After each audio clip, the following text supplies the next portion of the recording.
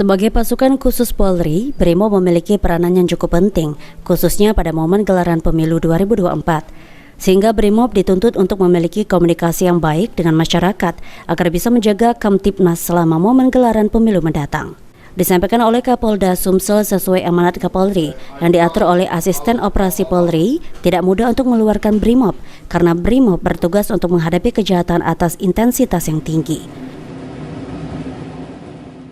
Amanat Bapak Kapolri bahwa Brimob ini bertugas untuk menghadapi kejahatan ataupun gangguan Kamtibnas dengan intensitas yang tinggi. Jadi tidak mudah kita mengeluarkan Brimob.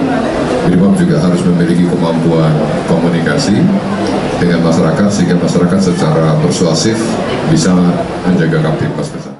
Sejauh ini Brimob Polda Sumsel telah melatih dan juga menyiapkan personilnya untuk melakukan tugas dalam hal pengamanan terhadap para pejabat yang terlibat dalam gelaran pemilu 2024 mendatang. Firman Hidayat, PAL TV. Di sini kita saksikan bahwa